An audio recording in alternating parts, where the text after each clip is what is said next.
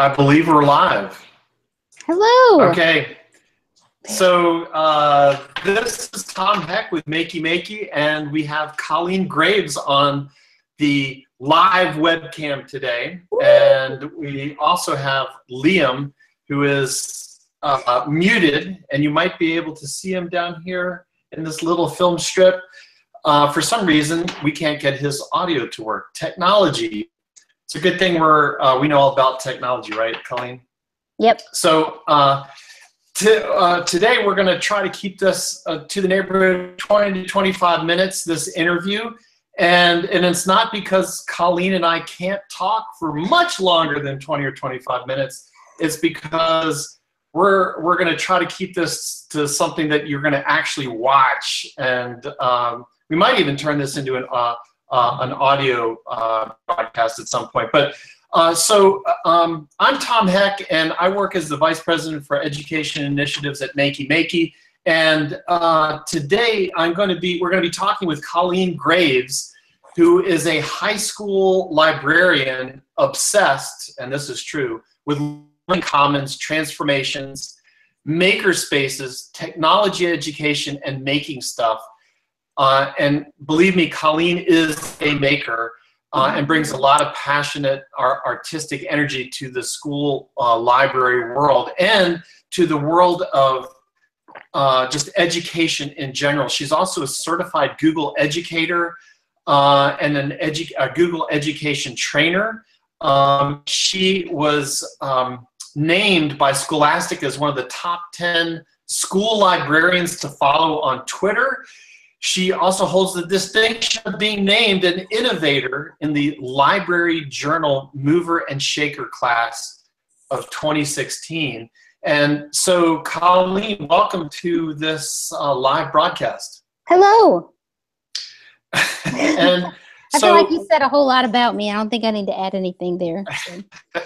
Well, we could talk about how I relate to Makey Makey, and I wrote lesson plans for you guys a couple summers ago, and I have a chapter on Makey Makey in this book right here, and I'm currently working on a whole other book specifically just for Makey Makey, and I have some of those projects sitting over here on this table that you can't see right now. As if you didn't have enough to do. Well, and maybe that's actually a place to start is we launched the new Makey Makey Labs here at the beginning of January. So today is Wednesday, January 11th. It's 5:10 p.m. Eastern. And we have posted the lesson plans that Colleen has made in the labs area of our website. And if you could just briefly tell us about the lesson plans, Colleen, as to what people, why would they go looking for those? What's there for them? I think what's kind of exciting about the lesson plans, a couple years ago when I got into Makey Makey, I didn't see any projects out there. Well, I saw projects. I didn't see any lessons out there.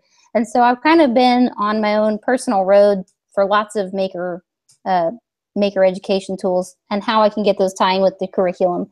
So I think what's pretty fun that you guys have that's new, Josh Berger put a bunch of stuff out. I know he's got like a Simon Says game.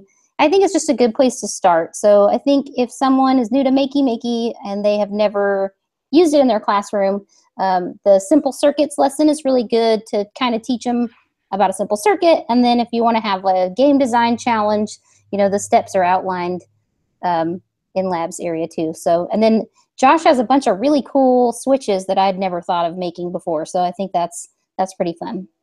Yeah.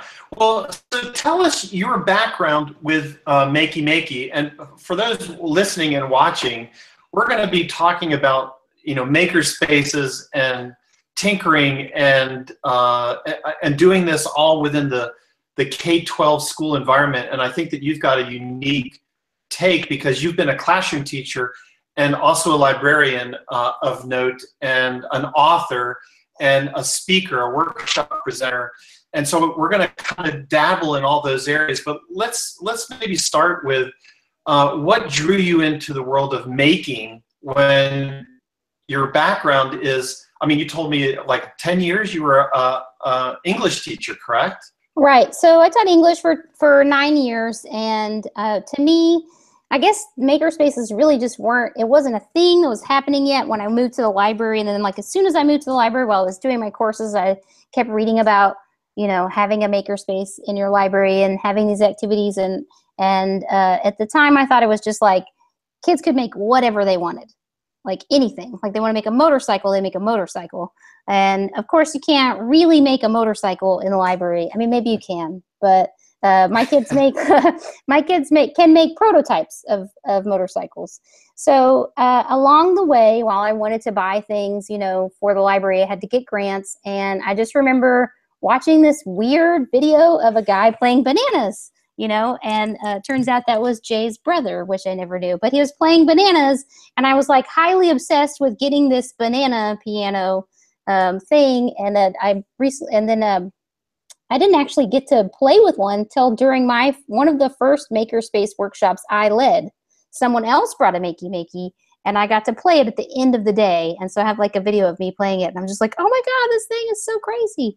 And then I just kind of got obsessed with it. So I think to me, the most exciting thing about Makey Makey is that it's like, it's not the tool itself, it's what it makes me do. So, you know, the little warning label on the box that says, where is it?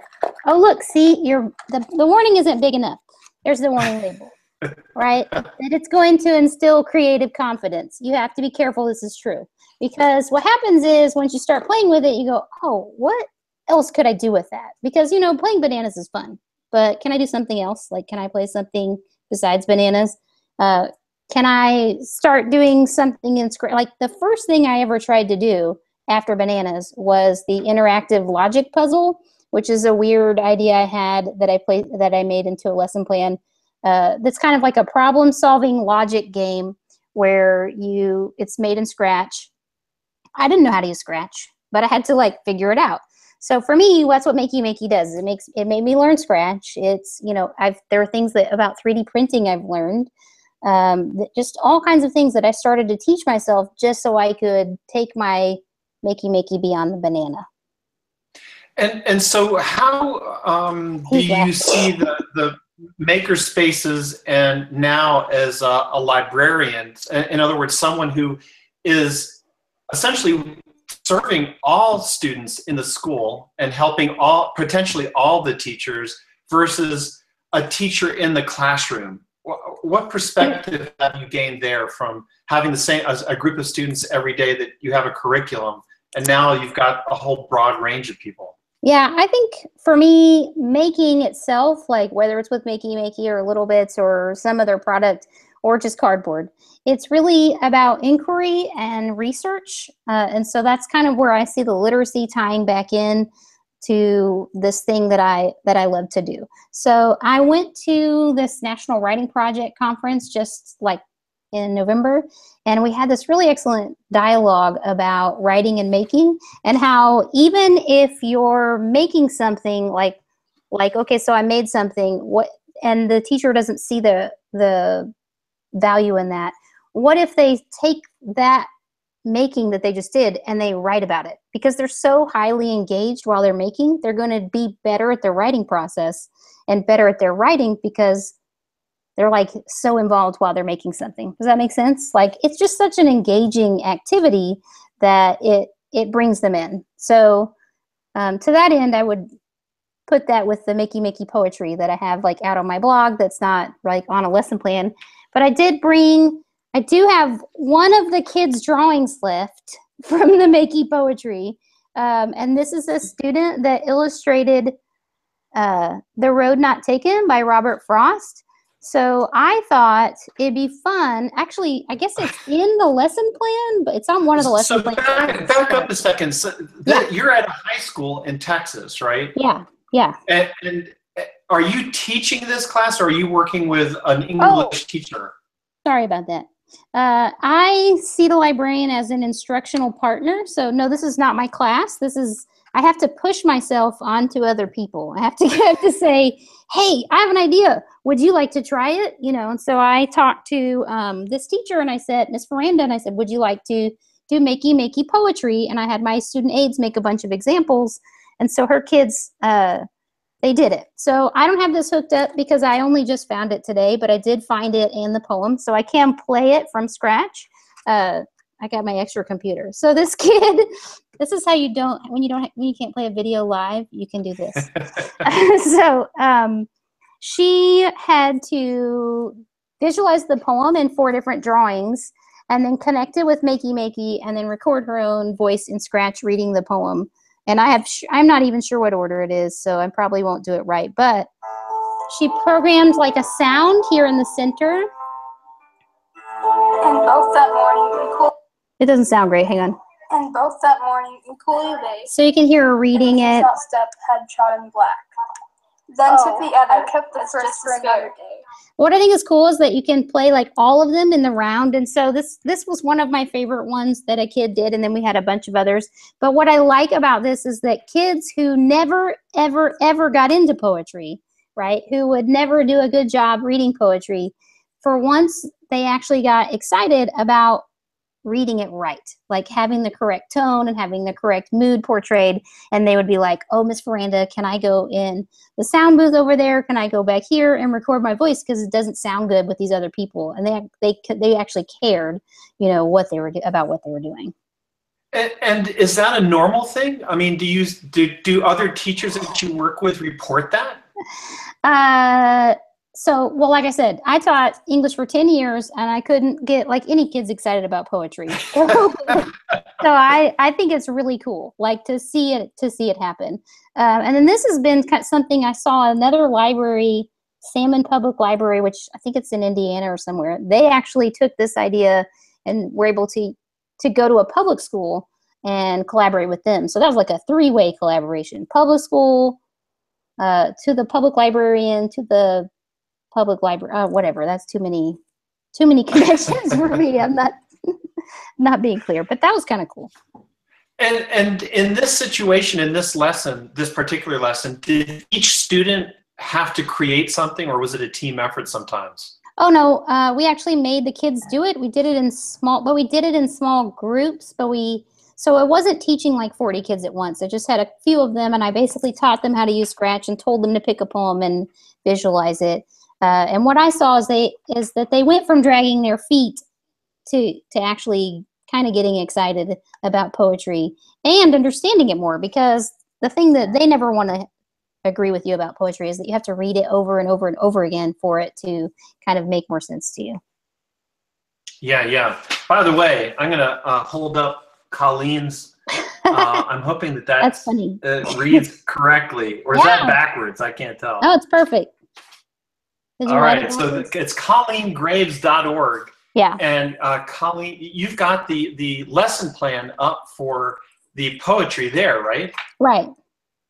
And what I'd really like to see is taking it from this point where you're analyzing poetry to another point where you're making poetry with conductive items. That's my next thing I really want to see happen, where they really explore what can be part of the poem and making the conductive items inspire poetry.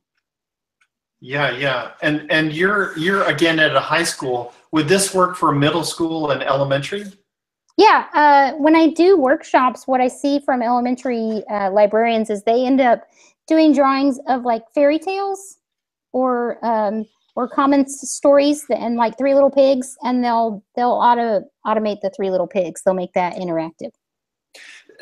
So help our audience, our listeners, understand why someone should even bother. What is your case when you make a case to a teacher who is probably looking at you with maybe some suspicion, like, are you making my world more complex than it needs to be? What is the case? You've laid out one, which is you're potentially going to engage students who may have never been engaged before.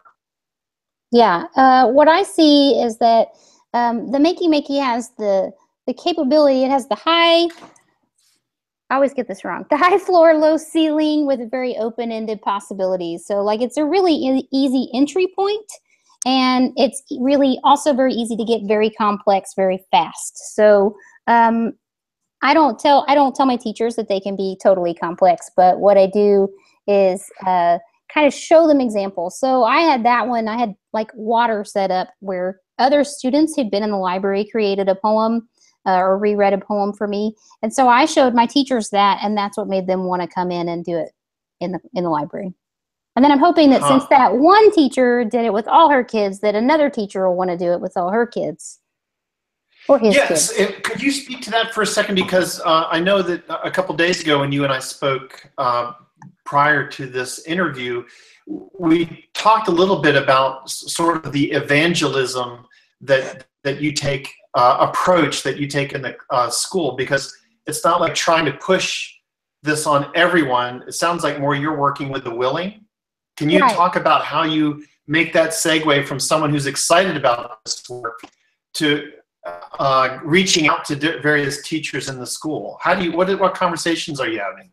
So I pretty much, I really pester the people that really want to work. And I like to start small and gather, you know, what is that? A rolling stone gathers moss, you know? So no one's going to start out with this super amazing program, getting all of their teachers to do Makey poetry. From my perspective, I don't think that's going to happen.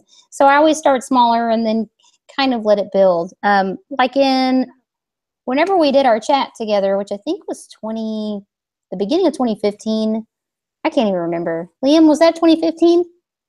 He doesn't know. Yeah, so that was like not even a class. Those were just kids that wanted to come to the library for the Makey Makey challenge, and then I ended up having a science teacher come and actually chat with you guys too. But like most of the kids, or all of the kids who made games and game controllers, wasn't even a class. It was just totally of their own free will, which, you know, sometimes I think, oh, is that like, am I doing the right thing? I was like, these kids came just to make stuff, right? They're learning things. Don't make fun of my hands. They're learning things. Oh yeah, Rolling Stone gathers no moss. So maybe that was a bad metaphor. Thanks. Well, I do want to mention for the folks who are on the live audiences, Liam is tracking the comments that are being made, and so Colleen is here also to take questions.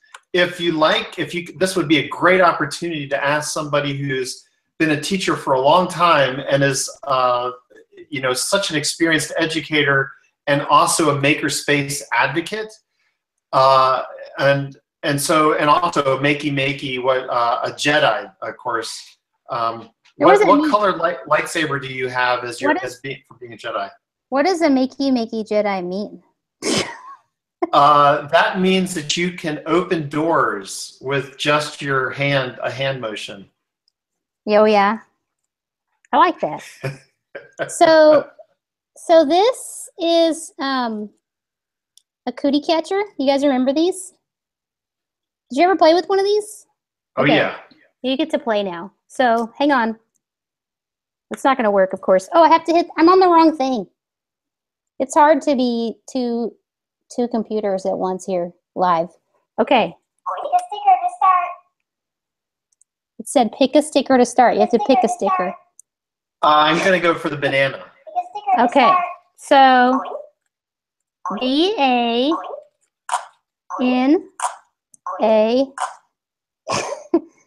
Okay. Now what number do you want? 1. You have 1, 4, 5. You can pick one of those. Just 1. Okay. So now you get to pick 2, 6, or 3. 2. Okay. Ooh, it's making lots of sounds at me. Okay, so here's your fortune. Your head is in the clouds. Your head is in the clouds. Make sure you're well grounded. Your head is in the cloud. Make sure you're well grounded. Oh my gosh. That is spot on. I think it called you pretty well. So this is one of the projects from our next book. Aaron and I are working on 20 projects for the evil genius, and that is one of them. That's kind of one of my favorite ones. Yeah, so tell us about, I mean, as we get close to the end of the interview here, tell us about your first book, and then that's already out, and it's got great reviews on Amazon, and then you have a new book coming out, and probably another book after that, who knows, but I know you're not done writing. We have 3 books. So the first one is the Big Book of Makerspace Projects, and we wrote it with the idea. And you know what? I just realized we never talked about invention literacy, Tom. But We'll do that here in a second. Okay, so the Big Book of Makerspace Projects, we kind of wrote with that idea that Jay has about invention literacy, that making should be accessible for everyone, and everyone should kind of know how things work. And so we just wrote what we thought were the most important big topics for making. So there are, soft circuit projects, there are coding projects, there's Makey Makey projects. It's all kinds of good stuff. It's 50-something projects, so I think I'm kind of insane for writing that book. And who is the audience for that book? Well, we really wrote it for like teachers and libraries, but I think that it's good for ages 8 to 108. There are projects in there that are specific for younger kids, and there are definitely lots of teen projects. And as adults, the people think they can't make stuff. I don't know what that's about. So we still feel like they're good for old people who like to make stuff too. And is this, would a classroom teacher, would this be appropriate for them, or is it more appropriate for someone outside of school? Oh, either. I mean, so what we did is the projects are just outlined to tell you how to do them. And then we have we have little specific classroom tips. So if you weren't a teacher, you could skip the classroom tips. And if you are a teacher, they're there to help you, and then there are challenges. Every project ends with a challenge, and every chapter ends with a challenge. And we got a question actually from Jen. But tell us, before we go to that question, tell us about your next book that's coming out this in 2017. Right, so the 20 projects for an evil genius, the 20 Makey Makey projects for an evil genius, they're all like highly fun, and Jay called them wickedly inventive, which I really wanted in the title, but they wouldn't let me put that in there. They're all very interesting ways where we really just had to think, to me, like compelled me to learn new things about stuff. So like there's one interactive clothing piece where I actually learned something new about sewing that I had never known before. And then I'm also making 1 banana hacks in the project. So if it's a really complicated project, like the sewing one's really kind of difficult. I've made a 1 banana hack, and I've got that for you right here in this little panda bear. But hang on, I didn't make sure my scratch was on. I'm also on the wrong one again. I keep doing that. Hang on. So this is the 1 banana hack. Let's see if he's gonna work. What does a panda sound like? Could you tell what she said? She said, "What does a panda sound like?" Hang on. Press my tummy to find out. What does a panda sound like? That's what a panda sounds like. Wow. Isn't that weird? It doesn't sound like a panda how I would think of a panda. Yeah, pandas sound really weird. So yeah, this one is my daughter's, and she won't let you have it. I actually almost couldn't find it for this because she hid it. But all you really have to do is this is a really cool fabric switch that I give you instructions for in the book. But yeah. My tummy to find out. Oh, he's talking again. And I think what's really, to me, compelling about Makey Makey and what we've really gone for in the book is just taking it as, oh my gosh, it's going mad. Hang on. I got it. Always program a stop all in Scratch. That's what you have to do. So what we really like is that we're really pushing the boundaries of what we can make. So some of them are really focused on like, what can I do with cardboard? And some of them are focused on what can I do with fabric pieces? And others are, the build itself is easy, but the Scratch game is really complicated. So, or I have another one where I'm doing a processing sketch. So that hopefully will get people interested in lots of new things. And when's the book coming out? July. Yeah, July 27th. Plenty of time, lots of time. Yeah. See, that's what makes you a Jedi. That is? Yeah, you make the impossible a reality. Oh, yeah. So, like, that's what I say about Makey Makey. I see something and I go, oh, well, how can I make that with Makey Makey? So we had this idea for the book that we're not going to do because it turns out it costs more to do it with Makey Makey than it would to do it normal. But I wanted to do like this UPS surveillance thing where the UPS guy would like activate a switch on my porch, and you know, a camera would take a picture and send it to me. But turns out like surveillance cameras aren't really that expensive. So it kind of got like, I think that's really the fun part too, though. Like, what can you make that you can get other people to make that's not so ridiculous that you shouldn't be doing it? Does that make sense? Like, It does. Creating projects is about finding something fun, but also doable. And that's really like the hardest part is like, okay, well, this is really cool, but I don't think anyone else is ever going to be able to do it, you know? Okay, so Well, I'm going to answer this let's get on. question. Yeah. Yeah, Jen. So, Jen, I would answer your question with two things. The poetry thing was a really good intro, but I also like the simple circuit lesson that I wrote. And then if you want to do something that's just getting all your kids involved in making that doesn't have to be Makey Makey, that's the Invention Literacy project that we talked about a second ago. So that project was basically a maker-focused PBL. The question is right there. It says, what type of project would you start? I know. What type of project would you start with a high school group? That was the question. Okay. So my freshman did this last year with one teacher, and she's going to do it again this year. And actually, Jay and I are going to talk about it at South by Southwest in March. But it is based on his concept of people knowing how stuff works and being invention literate. So my kids, what I asked them, their research question was, what is plank and how can I make one? So I had a student who wanted to make her own electric piano.